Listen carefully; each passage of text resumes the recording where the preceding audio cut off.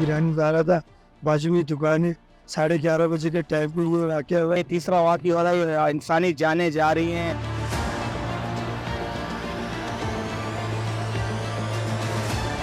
दुकानों के नीचे जॉब्स खुली जाती हैं, तो उसको चेक एंड बैलेंस करने के लिए कौन उसको देखता है?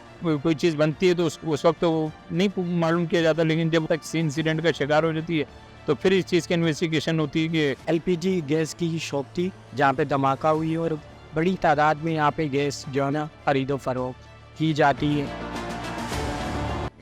जिस तरीके का ये इंसिडेंट हुआ और रोज़मर्रा के तकरीबन इंसिडेंट्स हैं कराची में रिपोर्ट होते हैं, कोई फायर के होते हैं, बिल्डिंग कलेप्स के भी होते हैं, लेकिन यही बात आता है सवाल कि देखा इसको कौन से इदारे देख रहे हैं और किन की जिम्मेदारी बनती है। तो सबसे पहली चीज़ तो ये है कि हमको खुद भी तो सही होना पड़ेगा, हमें खुद को भी तो देखना पड़ेगा। हम किस बोट के अंदर सफ़र कर रहे हैं कि ये समंदर क्रॉस कर जाएगी या बीच में इसके तख्ते टूट जाएंगे।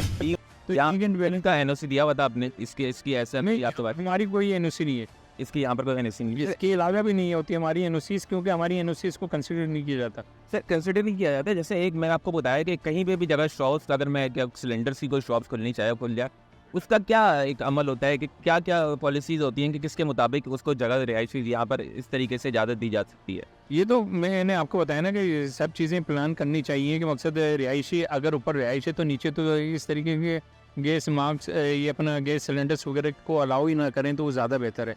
और अगर अलाउ हो भी रहे हैं तो उसके लिए खुदा न खासा उस तरीके के इक्विपमेंट्स वगैरह रखें कि खुदा न खासा इंसिडेंट अगर कोई होता है कि उसकी जो सिलेंडर आ रहे हैं उनके गेज क्या हैं, उनकी प्रेशर चेक करें, उनका तमाम चीज़ें चेक एंड बैलेंस होंगी तो इंशाल्लाह इस तरीके के वाक़यात रूनुमा नहीं होंगे।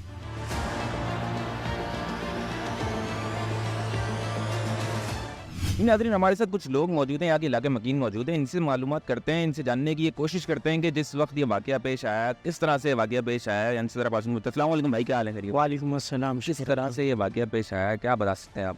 और ये वाक़या जब पेश आया, मैं सामने स्कूल है वहाँ पे टीच करता हूँ, तो हमने देखा कि अचानक से एक ज़ोरदार धमाकों की आवाज़ आई और हम घबरा गए।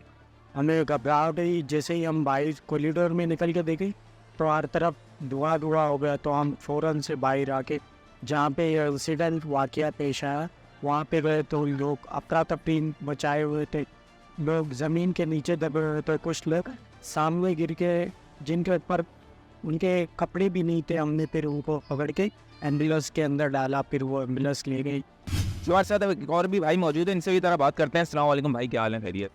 सर क्या किस तरीके से वाक़या पेश आया, आप कहाँ थे जिस वक्त ये वाक़या पेश आया? ये मेरे बाजू में मैं बिरयानी खा रहा था, बाजू में दुकान है। 11:30 बजे के टाइम पे ये वाक़या हुआ है। तो हमारे सामने हुआ ये जो वाक़या था, इनको हमारे सामने था।